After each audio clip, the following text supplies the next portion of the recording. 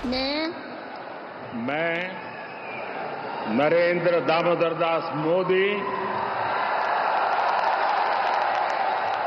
ईश्वर की शपथ लेता हूं कि संविधान के नाम पर शुद्ध शब्दों का ये सप्तक जैसे ही गूंजा, लोकतंत्र की गरिमा, गर्व की अनुभूति करने लगी। सच्ची श्रद्धा और निष्ठा रखूंगा। शुभ मुहूर्त पर 77 बरस का हिंदुस्तानी लोकतंत्र नया अध्याय लिख रहा और था। अखंडता अक्षुण्ण रखूंगा। भारतीय राजनीति के नए राष्ट्र ऋषि संविधान की रक्षा की शपथ ले रहे थे और दसों दिशाएं अपलक निहार रही थी इस अकल्पनीय पल को। अद्भुत नजारा था राष्ट्रपति भवन का। अंतःकरण से उमस भरी शाम ठहरी हुई थी, ठहरी हुई हवा थी, ठहरा हुआ था आसमान, चांद तारे सब ठहरे हुए थे। एक टक देख रहे थे हिंदुस्तान के उस नेता को जो लोकतंत्र के सबसे विश्वसनीय पुस्तक की प्रस्तावना को साकार करने के लिए खड़ा था। अपेक्षित हो। गौर से देख रही थी दुनिया उस नरेंद्र मोदी को जो सारे मिथक तोड़कर हिंदुस्तान को नई ऊंचाई देने की शपथ ले रहे थे। नरेंद्र दामोदर दास मोदी ईश्वर की शपथ लेता हूं कि मैं विधि द्वारा स्थापित भारत के संविधान के प्रति सच्ची श्रद्धा और निष्ठा रखूंगा। मैं भारत की प्रभुता और अखंडता अक्षुण्ण रखूंगा। सियासी महाभारत में विरोधियों को परास्त कर वक्त की दीवार पर महाविजय की वीर गाथा लिखने वाले नरेंद्र मोदी जब रायसीना हिल्स की देहरी पर खड़े होकर नई लकीर खींच रहे थे, तब ये लोग जानना चाह रहे थे कि मोदी की तीसरी कसम 140 करोड़ की आबादी के लिए कितना अहम होगा। अगले 5 सालों में प्रधानमंत्री नरेंद्र मोदी कौन कौन से बड़े फैसले करने वाले हैं। हैट्रिक लगाने वाली मोदी सरकार का तीसरा कार्यकाल भी ऐतिहासिक होगा। यह सवाल इसलिए अहम है क्योंकि जीत के बाद जब पहली बार गठबंधन के साथियों को संबोधित कर रहे थे, तभी उन्होंने स्पष्ट शब्दों में देश को बता दिया था। मैं अपनी पॉलिसी और परफॉर्मेंस और सामान्य मानवीय का जीवन बेहतर करना है, उसमें जरा भी विलंब नहीं करना है। अगले 5 सालों को लेकर अपना चट्टानी इरादा जता चुके प्रधानमंत्री मोदी जब शपथ लेने से पहले अपने नए मंत्रियों की टोली के साथ बैठे थे, तब साफ और सरल शब्दों में 100 दिन का एजेंडा बता दिया। वो जब चाय पर चर्चा करने के लिए बैठे थे, 7 लोक कल्याण मार्ग पर उसी वक्त बता दिया कि शपथ लेते ही पूरी शक्ति के साथ संकल्प की सिद्धि में जुट जाना है। नरेंद्र मोदी ने अपनी टोली के सामने सबसे पहले कहा कि 100 दिन की कार्य योजना को जमीन पर उतारना है। जो पेंडिंग काम है, आप जब मंत्रालय में जाएंगे तो सबसे पहले उसे पूरा करेंगे। एनडीए पर जनता ने जो भरोसा जताया है उसको और मजबूत करना है। साथ ही साथ 2047 तक विकसित भारत के जो संकल्प को हमने लिया है उसको सिद्धि तक पहुंचाना है। साथ ही साथ उन्होंने सभी मंत्रियों को ये भी सचेत किया कि भ्रष्टाचार मुक्त शासन एनडीए की पहचान है, जिसे बनाए रखना आप सबकी जिम्मेदारी भी है।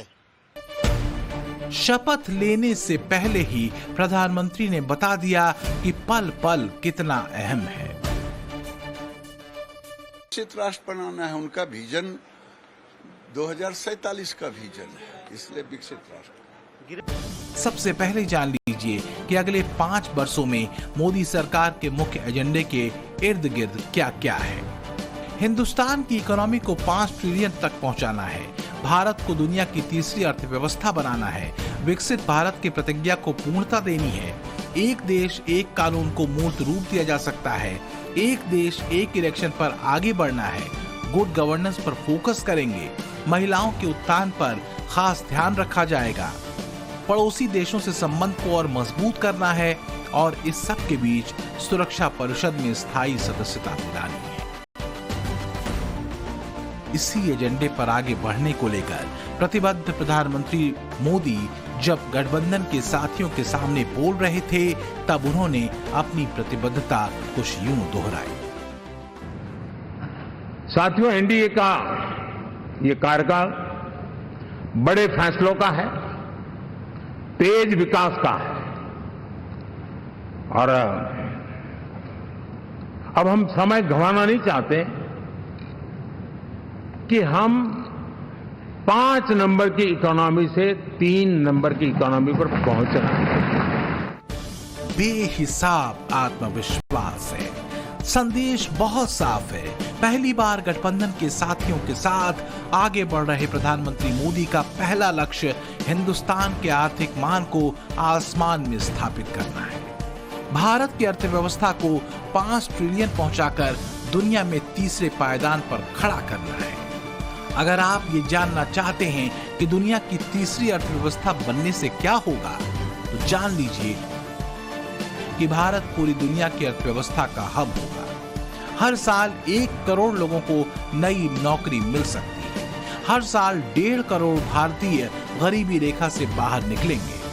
भारत में प्रति व्यक्ति आय करीब $5,000 यानी 3,98,000 रुपए हो जाएगी। यही वजह है कि चुनाव प्रचार के दौरान भी प्रधानमंत्री बार बार 5 ट्रिलियन इकोनॉमी की गारंटी दे रहे थे। चुनाव प्रचार के दौरान प्रधानमंत्री एक शब्द का जिक्र बार बार किया करते थे, वो है विकसित भारत।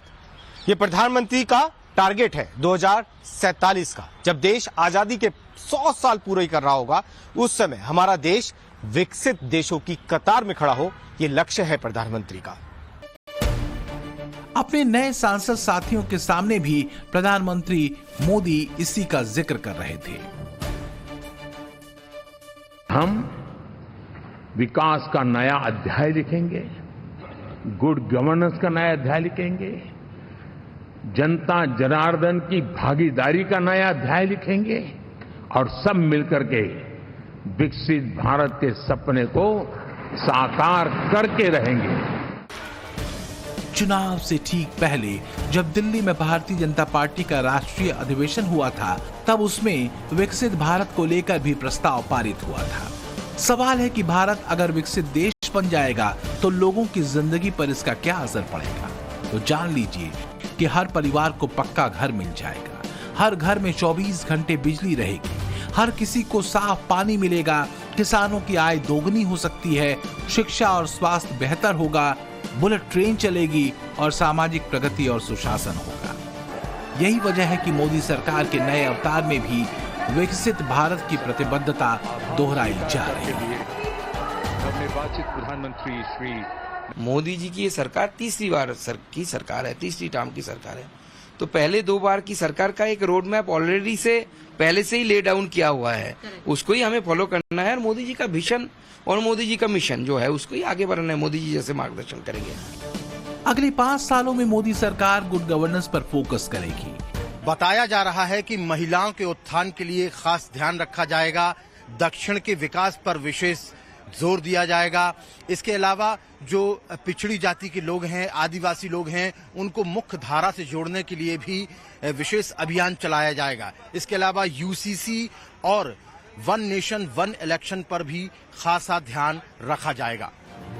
नए मंत्रिमंडल के जरिए प्रधानमंत्री ने संकेतों में बता दिया कि उनके इरादे अटल हैं। सहयोगियों की बदौलत सत्ता मिलने के बावजूद उनका विजन क्लियर है। यही क्लियर विजन उनके 8,000 मेहमानों की लिस्ट में दिखा।